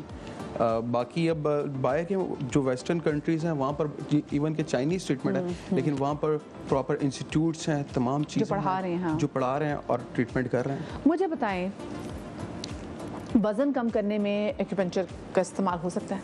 जी बिल्कुल हो सकता है वज़न कम करने में। अगर देखें क्या मुझे वो ये देखा ना, ये नकी साथ में हंसने लग गया। मुझे बताएं फिर वो कौन कौन से एक्यू पॉइंट्स हैं कि जो पे वज़न कम करने हो, तो या फिर आप ये देखें कि कहाँ पे फैट ज़्यादा है तो फिर आप वहाँ पे जाके करेंगे। देखिए फैट ज़्यादा है वहाँ पर नहीं होगा, ये डील करता है कि वज़न किस वजह से बढ़ रहा है, तो फिर हम उसको ट्रीट करते हैं। वो फिर उसकी आपकी भूख को कम कर देता है। जी, भूख को कम कर देता है, आपकी जब एनर्जी फ्लो है उसको प्रॉपर करता है। देखें बाज़ औक़ात ऐसा होता है कि आपका जो स्टमक है या आपका वेट है वो क्यों बढ़ रहा है, हमारी बॉडी देखें प्रॉपर अगर जो हम खुराक ले रहे हैं वो प्रॉपर हमारी बॉडी में ऑब्जर्व नहीं हो रही, ठीक है। ज़्यादातर आजकल जो लोगों को वेट का गेन रहता है खासतौर पे एक बहुत कॉमन इशू है, उनको कॉन्स्टिपेशन रहती है और उनका जो वेट है फिर वो गेन होना शुरू हो जाता है। क्यों? क्योंकि जो टॉक्सिक है वो तो आपकी बॉडी के अंदर ही पड़ा हुआ है, तो उसके लिए मेडिकेशन इस्तेमाल कर रहे हैं लोग, बहुत कुछ कर रहे हैं। तो अगर वो प्रॉपर डाइट लेते हैं, एक्यूपंक्चर इस्तेमाल करते हैं तो डेफिनेटली एक्यूपंक्चर विल वर्क। नकी कितना रिलीफ फील कर रही है बताओ मुझे? बहुत ज़्यादा रिलीफ तो है, लेकिन अगर मैं फिंगर्स मूव कर रहा हूँ तो उसमें मूवमेंट पे पता चल रहा है कि नीडल्स इंसर्ट हुई हुई हैं और इस तरीके से। सो ठीक है, so can we take it out? हम निकाल सकते हैं इसको आराम से। Thank you. ये करिएगा कि ब्लड नहीं है। दिखाएं प्लीज जरा। हल्का सा एक पिन ड्रॉप आया है ब्लड का। ठीक है, वो देख लेता हूँ। ठीक है, दूसरा दिखाइएगा, जो फील होगा ना। दिखाइए हाथ जरा क्लोज अप लीजिएगा नकी के हाथ का। ओके, ठीक है।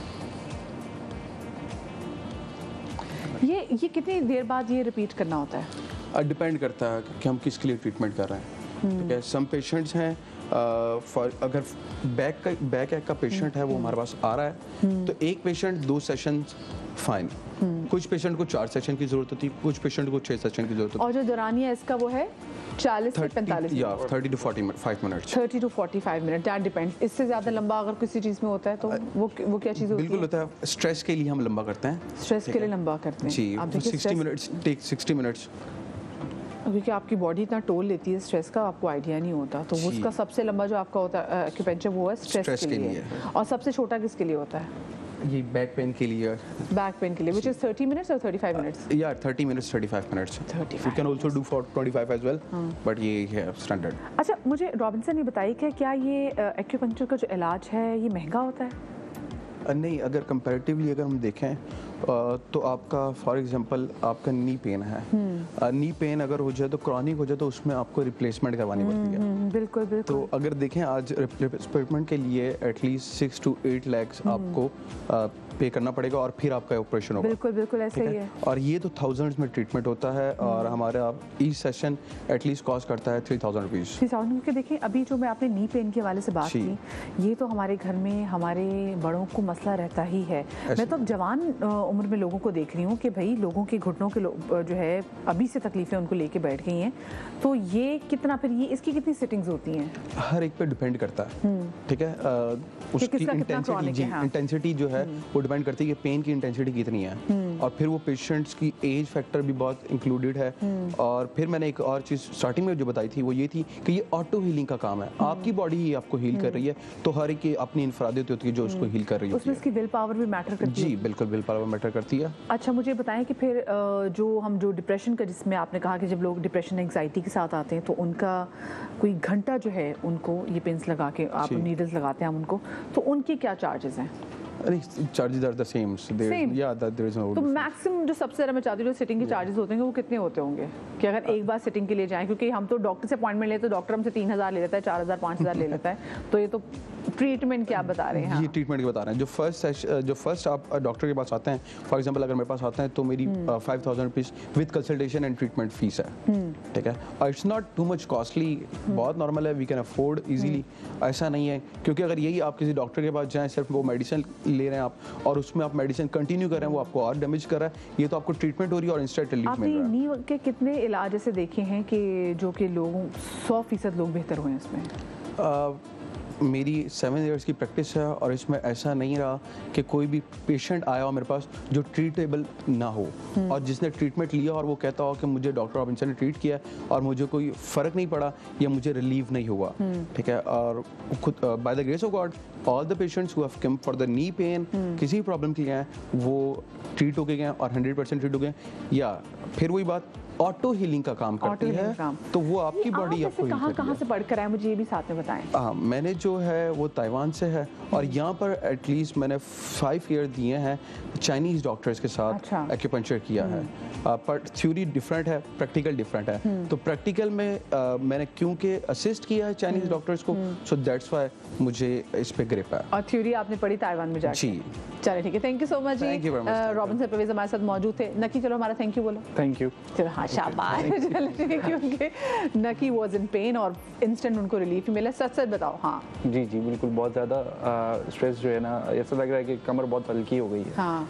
और ना बहुत ज़्यादा पेन रहता है मेरे, रात को खासतौर पे सोते हुए ज़्यादा पता चलता है। क्योंकि देखिए नकी एक फोटोग्राफर है और इतना भारी कैमरा उठा के वो जो ऑलरेडी बैग्स उनकी जो पेन है वो, बट आई एम ग्लैड कि इट वर्कड फॉर हिम।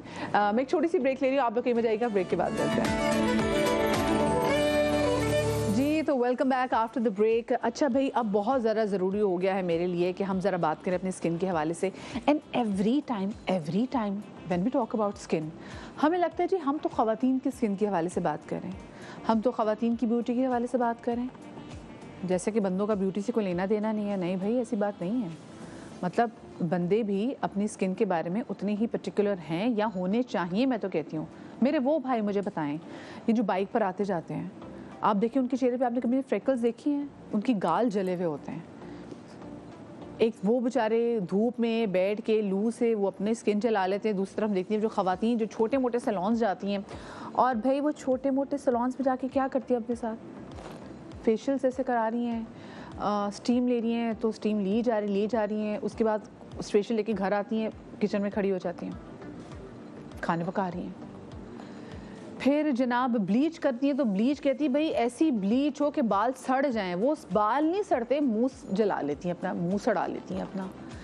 फिर ये नहीं पता कि कौन सी क्रीम खरीदनी है, कौन सी क्रीम नहीं खरीदनी। मैं आप लोगों से यकीन माने, हम लोग सस्ते के चक्कर में होता ये कि सस्ती चीज़ ले लेते हैं, जब स्किन बिगड़ जाती है फिर डॉक्टर के पास जाते हैं, फिर हमारा ठीक ठाक महंगा इलाज होता है।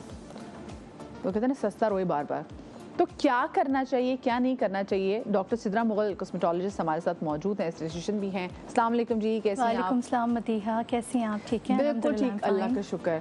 मुझे ये बताएं डॉक्टर साहिबा, ये जो हम आजकल फेसबुक खुले, लोगों को हमारे, आपको पता है लोगों को तो शौक है गोरा होने का। चलिए मैं कहती हूँ बुरा शौक भी नहीं, अगर आप चाहते हैं ठीक है, गुड फॉर यू। लेकिन ये जो फेसबुक पे, हमारे इंस्टा पे छोटे छोटे स्पॉन्सर्ड एड्स आने लग जाते हैं, फिर आ रही होती हैं, फिर बड़ी बड़ी ऐप्स में जहाँ से लोग घर की चीज़ें खरीदते हैं, उसमें आ रहा था कि 200 की ये क्रीम है, इसको लगाएं और आपका रंग ऐसा ज़बरदस्त हो जाएगा, फिर लोग ख़रीदते हैं। ये क्या वाकई कोई रंग गोरा करने वाली ऐसी कोई चीज़ इतनी सस्ती हो सकती है? Madiha, first of all I would like to thank you कि आपने मुझे यहाँ पे इनवाइट किया।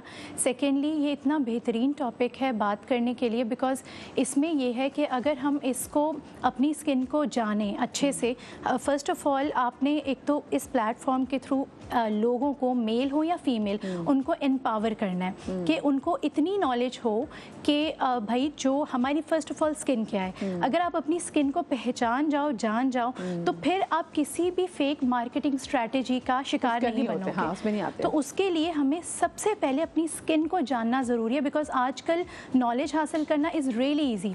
आप अगर गूगल एक क्लिक पे आपके एग्जैक्टली, तो यू नीड टू नो कि आपकी स्किन है क्या। तो अगर आप मुझे परमिशन, तो मैं थोड़ा सा एक्सप्लेन करना चाहूँगी। बिल्कुल बिल्कुल। सो बेसिकली मदिया, होता क्या है कि हमारी स्किन कुदरत ने एक बहुत ही खूबसूरत चीज़ बनाई है, ठीक है। तो उसमें बेसिकली जो मेन लेयर्स होती हैं वो 3 होती हैं। सबसे जो डीप लेयर होती है, हाइपोडर्मिस कहलाती है, उसमें फैट सेल्स होते हैं। तो as we age, for example अगर हम लेट 20s में आ गए हैं, 30s में आ गए हैं, तो हमारे वो फैट सेल ऑटोमेटिकली डिक्रीज हो जाएंगे, ठीक है।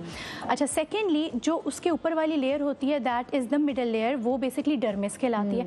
अब डर्मिस, आपने कभी वर्कआउट किया होगा, कभी आपने ऐसे एक्सेसिव एक्सरसाइज किया, आपने नोट किया होगा कि आपकी स्किन बड़ी ही ग्लो कर रही होती है, फ्लश रेड हो रही होती है वर्कआउट के बाद। तो वो बेसिकली क्या है, डर्मिस बेसिकली आपकी वैस्कुलर लेयर है, जहाँ पे आपकी जितने भी ब्लड वेसल्स हैं वो आती हैं, और वो पूरी बॉडी से न्यूट्रिएंट्स लेके आती हैं, ऑक्सीजन लेके आती हैं। तो कार्बन डाइऑक्साइड बेसिकली वहाँ से रिलीज होता है, और न्यूट्रिएंट्स या ऑक्सीजन उस लेयर तक जाती है, ठीक है। तो अब आप ये सोचो कि जो अगर आप डाइट ले रहे हो या जो आप चीज़ें ले रहे हो, वो कितनी बेनिफिशियल होती हैं आपकी स्किन के लिए। सेकेंडली, जो टॉप लेयर होती है वो एपिडर्मिस होती है, जो हमें नजर आ रही है। एग्जैक्टली। अब ये बड़ी थिन लेयर है, ठीक है। अगर आप इस पे कोई भी ऐसा चीज़ यूज़ करते हो जो कि स्किन को इरिटेट करती है, और ये हार्डली, इसकी जिस तरह बुक का एक पेज होता है, इसकी चौड़ाई इतनी ही होती है, मतलब बुक का अगर आप पेज टर्न करते हो ना, वो इतनी ही पतली होती है। तो अगर आप इस पर कोई भी ऐसा एग्रेसिव स्टेप करते हो, तो अब आप सोचो कि आप उसको डिस्ट्रॉय कर रहे हो, ठीक है।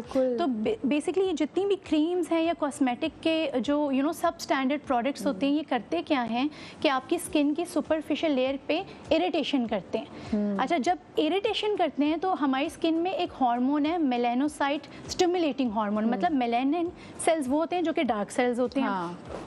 अब जब इरिटेशन से वो हार्मोन रिलीज होगा, तो वो मज़ीद डार्क सेल्स बनाएगा, ठीक है। हम लोग क्या करते हैं कि हम बेसिकली उसको छुपाने के लिए फिर वो मज़ीद ट्रीटमेंट करते हैं, या मेकअप लगा रहे हैं कुछ, फिर स्किन इरिटेट हो रही है। तो होता क्या है, ये साइकिल चलता रहता है, आपके मेलानोसाइट स्टिमुलेटिंग हार्मोन मतलब एक तरह से एक्टिवेट रहता है, और आपके डार्क सेल्स बनते ही रहते हैं। मुझे एक बात बताएं, एक बात समझाएं। मैं अक्सर यहाँ पे ख़वातीन को देखती हूँ, ये जो हमारा पैच है, ये बहुत होता है यहाँ पे, हम देखिए पिगमेंटेशन होती है, छाइयाँ होती हैं। फिर उसके बाद मैं देखती हूँ कि हमारे बंदों की भी एग्जैक्टली समहाउ यही पैटर्न है। ये जो ऊपर वाला हिस्सा है ना, इस पे बहुत ज़्यादा होता है। ये हमारे ख़िते का मसला है, ये हमारे मौसम की ख़राबी है, या ये हमारी अपनी गलती जिसकी वजह से हो जाता है ये? अच्छा मदिया, देखिए फ़र्स्ट ऑफ़ ऑल हमारी जो आवाम है, सबसे ज़्यादा ना उसमें मल्टीविटामिन की डेफिशिएंसी है। जैसे मैंने बताया ना, बीच की लेयर बड़ी वैस्कुलर लेयर है। आप अच्छा खाओगे, you are what you eat, बिल्कुल जैसा आप खाओगे वैसा आपका स्किन होगा। हाँ, तो बेसिकली अब क्या है, मेल का थोड़ा सा एक I feel sympathy for them कि अगर बाइक पे आपने जिस तरह जिक्र किया कि फीमेल तो कहीं ना कहीं फेस ढक लेती हैं, मेल का क्या होता है, वो बेचारे ऐसे ही मतलब घूम रहे होते हैं, तो उससे उनकी पिगमेंटेशन ट्रिगर हो जाती है। अगेन क्योंकि सन ब्लॉक का इस्तेमाल नहीं, हमें इंपॉर्टेंस नहीं पता अभी भी सन ब्लॉक की, which is the sun protection factor. अगर आप धूप में निकलते हो, आपने 5 मिनट सन ब्लॉक नहीं लगाया, तो आपकी स्किन विदिन 5 मिनट्स बर्न होती है, ठीक है। अच्छा, दूसरी चीज़ है, अगर आप सन ब्लॉक लगा लेते हो, तो फॉर एग्जाम्पल अगर मैं धूप में निकली, मैंने सन ब्लॉक लगाया, तो 250 मिनट के बाद, लाइक 250 मिनट्स के बाद आपको सन बर्न के चांसेस होते हैं। इट मीन्स कि आपको सन ब्लॉक लगाते रहना चाहिए। अच्छा, बस करेगा, मैं घर से बाहर निकली हूँ, मैंने लगाया है सन ब्लॉक लगाया है, और फिर मैं तकरीबन 4 घंटे के बाद मुझे ये रिपीट करना है। एग्जैक्टली अगर आप धूप पे जा रहे हो अगर तो मैं यू हैव धूप टू में हूँ रिपीट इट। और अगर मुझे कोई जगह मुंह धोने की ना मिले तो मैं उसी के ऊपर दोबारा आप से लगा रीअप्लाई सकती हूँ। कर दो, आप मैं रीअप्लाई उसको कर आराम दो। से रीअप्लाई कर सकती हूँ। हाँ, ठीक और है। अच्छा, ये जो मेकअप खरीदते हुए हम बहुत सारी चीज़ें, ये सस्ते सस्ते आई शेडो पैलेट्स जो आ रहे होते हैं, हमें यही नहीं पता होता हम किस चीज़ से मजाक करें, अपनी अगर आंखों के ऊपर ऐसी चीज़ लगा लेते हैं, ये काजल, ये लाइनर, ये मस्कारा, और काजल तो भर भर के आंखों के अंदर लगा रहे होते हैं। ये स्पेसिफिकली ये लेंसेज जो हम हाँ। पता नहीं कितनी दफा बड़े लगा आजकल लेते हैं। substandard आए हुए हैं तो हमारे। ये कितना हमारी स्किन के लिए ख़राब हो सकता है? मदिया, जैसे मैंने बताया ना, ये आपकी स्किन पे इरिटेशन क्रिएट करता है। इरिटेशन से फिर आपकी पिगमेंटेशन ट्रिगर होती है। तो फर्स्ट ऑफ ऑल अगर आप अपनी स्किन को जान जाएं, आपको पता होगा कि आपकी स्किन नेचर ने बहुत ही खूबसूरत चीज़ बनाई है, तो आपको किसी भी सब स्टैंडर्ड प्रोडक्ट की तरफ जाना नहीं है, फर्स्ट ऑफ ऑल।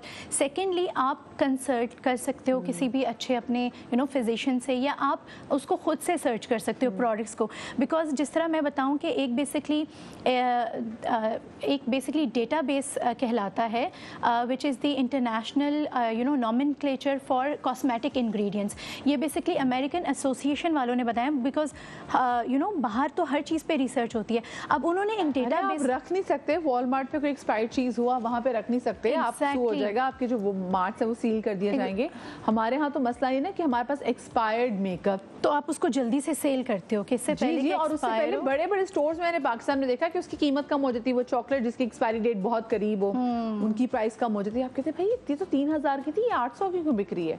तो वहाँ पे आपके कान खड़े होने चाहिए। और मदिया, एक और चीज़ है, ये चीज़ भी लोगों को समझनी चाहिए कि हमारा जो स्किन का रिन्यूअल का एक साइकिल है, या स्किन का सेल अगर रिन्यू होता है, नया बनता है, तो वो कितने डेज में बनता है? अमूमन क्या होता है, हम एक स्किन केयर अगर कोई अच्छी बाहर के प्रोडक्ट्स यूज़ करें, तो आप कभी प्रोडक्ट पे देखना, ठीक है, उस पे लिखा होगा the results are going to appear after 8 weeks. और हमारे मदिया, हमारे पास जो पेशेंट भी आते हैं या कोई आते हैं, वो कहते हैं ऐसी क्रीम दे दें 1 हफ्ते के बाद शादी है घर में, तो 2-3 दिन में रंग हो रहा हो जाए। क्योंकि यहाँ पे डॉक्टर साहिबा हमारे यहाँ ऐसी क्रीम्स मिलती है ना कि वो विद इन अ वीक वो जो आपका रंग है वो बेहतर कर देता है। तो आप कहते हैं कि भाई इसका रंग तो मदिया, वो बेसिकली मरकरी बेस्ड होती हैं, या उसमें ऐसे स्टेरॉइड्स होते हैं जो आपकी स्किन की सुपरफिशियल लेयर को ही हटा देते हैं। तो उस वक्त आपको लगता है बड़ा पिंकिश वो हो रहा है, लेकिन लॉन्ग टर्म में अगर आप कभी उन पेशेंट्स को देख लो तो आप डर जाओगे लिटरली देख के। डॉक्टर सित्रा, ये जो हमारे बहुत सारे गली मोहल्लों में बहुत सारे सैलून्स खुले हुए हैं, पार्लर्स खुले हुए हैं, हमारी स्किन को बिगाड़ने में इनका कितना हाथ है? मदिया, देखिए, एक तो रूल बना हुआ है सैलून में कि कुछ ना करो कि आप जैसे ही जाओगे आपको ब्लीच लगा दी जाएगी। ब्लीच बेसिकली एक ऐसा केमिकल है जो स्किन को बर्न करता है। बाहर की कंट्रीज़ में जितने भी सैलून्स हैं बेसिकली वहाँ पे बैन है, वहाँ पे अलाउड नहीं है। यहाँ पे हम अपने बालों में भी एक्सेसिव यूज़ कर रहे होते हैं। हमें तो अच्छा लगता है कि जब वो गोल्डन बाल नज़र आ रहे हो ना, तो बड़े अच्छे लग रहे होते हैं चेहरे पे। हाँ, एग्जैक्टली। और ये चीज़ है कि ये आपकी स्किन के लिए बहुत, अगेन आपकी जो स्किन की टॉप लेयर है उसको ये ख़राब करता है। तो उससे क्या होता है, आपकी दोबारा से पिगमेंटेशन ट्रिगर करती है। लेकिन वक्ती ये चीज़ें टेम्परेरी बेस पे आपको ज़रा जब आप एक्सफोलिएट करते हो स्किन को, तो टेम्परेरी एक पिंकिश सा वो देता है। तो उस पर ये लगता है लोगों को टेम्परेरी इफेक्ट देख के कि बस ये परमानेंट इफेक्ट है। जो मेहंदी लगवानी थी मुझे बड़ा शौक, मैंने कहा डार्क मेहंदी लगती, तो मैंने जाके एक मेहंदी खरीदी, उसका नाम था अचानक कोन मेहंदी। अच्छा, वो अचानक तो लगा ली मैंने, उसके बाद मेरी स्किन के वो पैच उतरा यहाँ से, बिल्कुल इतने अरसे तक वो हाथ में जला हुआ गोला में लेके फिरती नहीं हूँ इतनी भी तक। तो भाई ऐसी जो चीज़ जो अचानक और इमरजेंसी में लगाई जाए ना, वो तो सबसे पहले नुकसानदेह। अगर आपको कोई भी बोले, क्लेम करे, आप नहीं जाएं कि जी 3 दिन में आप फ़र्क देखें, इसका मतलब नो है, ये रॉन्ग नंबर है।